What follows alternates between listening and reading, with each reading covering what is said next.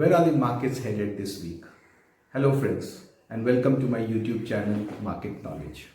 Today in this video, we'll quickly review what happened in the markets last week and based on that what could happen in the market next week.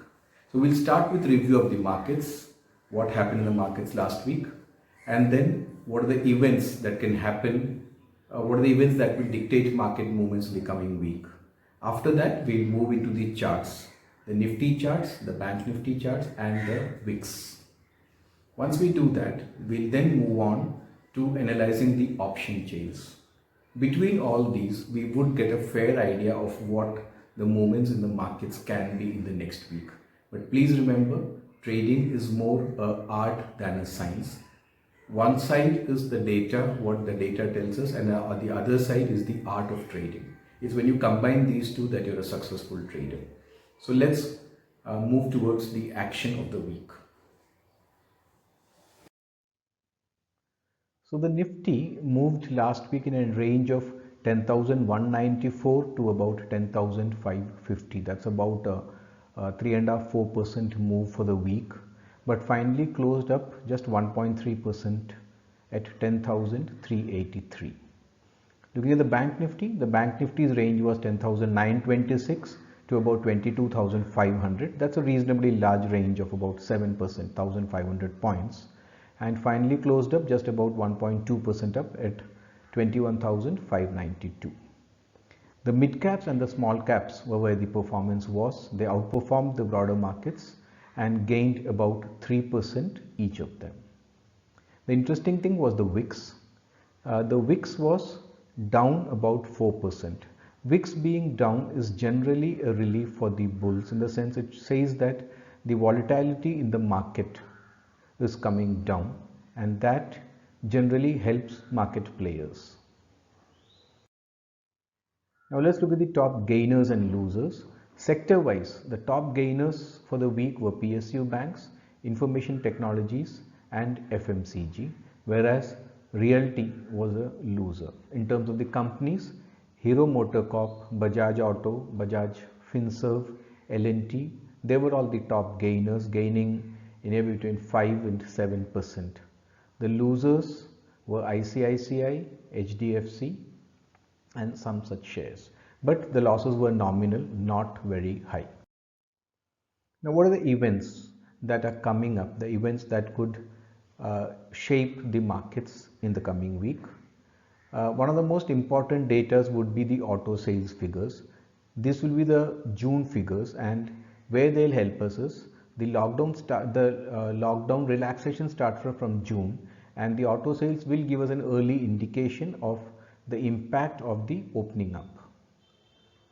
The next would be, if you look at the company results, most of the Nifty shares, in fact almost all of the Nifty companies results have come out, and they're already built into the markets. From this week onwards, we will start having results of a lot of mid caps and small caps, and we could see a lot of action there. That also explains why in the last week we saw actions in the mid cap and small cap space. Looking at the action where the broader markets were outperforming, we could be reasonably optimistic about the results, in the sense they wouldn't be as bad as generally was expected. The third thing to look out for would be the impact of the economy opening up. Would we come to the BC levels? BC is not before Christ, it is before Corona. Would we come to the pre-Corona levels? Would the economy come back to those levels? That's a very important question which we will find an answer to. And finally, you have the geopolitical factors. You have the India-China border issues. You have the China-US trade issues. You have the China-Hong Kong issues. So China seems to be opening up multiple fronts and causing a lot of geopolitical factors. So all these are the events that will dictate what happens to the market next week.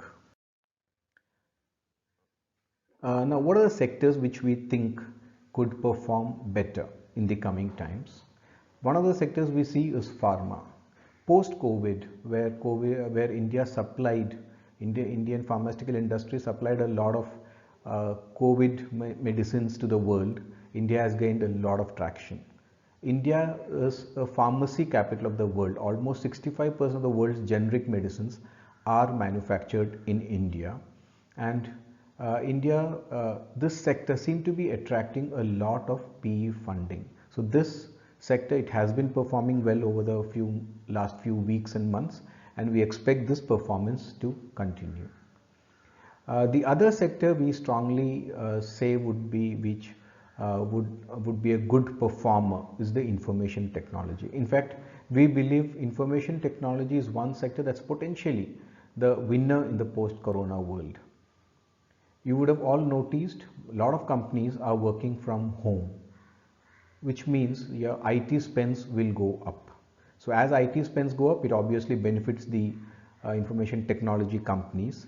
Plus you have the added advantage of the IT companies themselves working from home, which reduces a lot of expenses. So on one side you have sales going up because of IT spends going up, and on the other side you have the factor of reduced expenses for IT companies. There was a tension about the visa in the US, but that impacts only the new visas. The old visas are not impacted, and given the work from home culture that is developing, I think this issue is something that the IT sector can live with and cope up well. Now let's look at the action of the FIIs and the DIIs. The FIIs last week purchased a nominal figure 550 crores, but they're still on the purchase side. This month they've purchased more than $1 billion worth of shares, about 9,500 crores. When it comes to DIIs, they've been sellers this week. They've sold about 1,300 crores, and for the month, but they've purchased shares worth about 600 crores. This typically happens when FIIs are sellers, DIIs are buyers, and the reverse. So there's nothing new in this. Now let's look at the global markets. On Friday, the US markets tanked. Both the Dow Jones and Nasdaq, they were both down 2.5 to 3% each, which doesn't talk very good about the Indian markets opening for Monday. We would generally expect a weak opening. It's almost a given that Monday we would have a weak opening. But the question would be, would that be a time to buy or sell? That's the important question which all of us would have in mind. For that, let's go to the charts. What are the charts saying? Should we be buying or should we be selling? So this is the Nifty chart, a weekly Nifty chart. And what you can see is both last week and the previous week, the market's been making a higher high and higher low. If you look at the MACD, 2 weeks back, the MACD showed a positive crossover, which again is generally a bullish sign. You look at the RSI is relatively well placed. It's not showing overbought in the weekly chart, it's only 44. So the weekly charts would generally indicate a bullishness for the Nifty. Coming to the daily charts, also you're seeing last 2 days, you're seeing a higher high, higher low pattern, but the Friday's candle was a red candle. Whereas if you see the MACD, it's on the verge of both the lines are very close to each other. So it could be either it could either continue or it could break down. We need to be cautious. If you look at the RSI is about 58, which is reasonably comfortably placed. Some more space to go up. So both the charts, the weekly and the daily charts, seem to indicate some kind of bullishness, but with some caution. So I would say the charts seem to indicate for Nifty to be cautiously bullish. Now let's look at the Bank Nifty charts. In the Bank Nifty charts, again you're seeing a kind of similar pattern. Last 2 weeks, the weekly charts have been making a higher high, higher low pattern. The MACD has seen a positive crossover, and the RSI is also at about 44 levels. All these things indicate a bullish momentum for the Bank Nifty. When you come to the daily charts, The daily charts, again, the crossover is positive in the daily charts, higher high, higher lows, but a red candle here again. On the MACD, again, both the lines are very close to each other, the other side about 60. So here also, you're kind of getting a cautious bullishness. So for both Nifty and Bank Nifty, the outlook would be bullish, but then cautiously bullish. I don't expect a major uh, major rally from here, but the bias should be on the positive side. Let's look at the Nifty now, Nifty Wix now. Uh, let's take out the chart.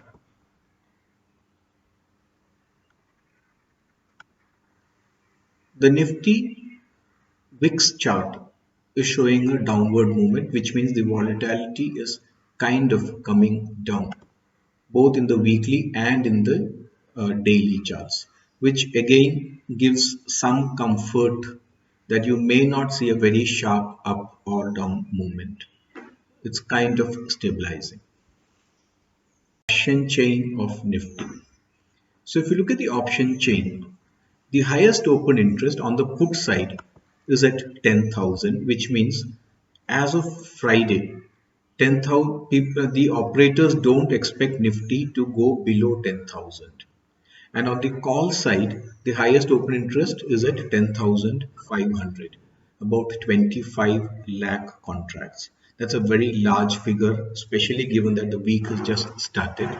So which means the participants are not expecting the market to easily cross 10,500. Although you can see call writing at 10,600 and 700, roughly 15 lakh each. Even at 800, you have 13 lakh contracts. But overall, the option chain seems to be indicating a range of 10,000 to 10,500. So we are slightly at the upper end of the range. We are close to 10,375. So the upside seems to be lower than the down risks. So that also indicates some kind of a caution.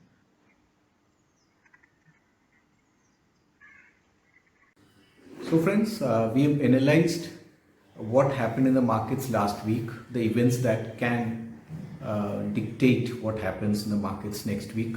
We went through the charts of Nifty, Bank Nifty, as well as the Vix, and we went through the option chain of Nifty.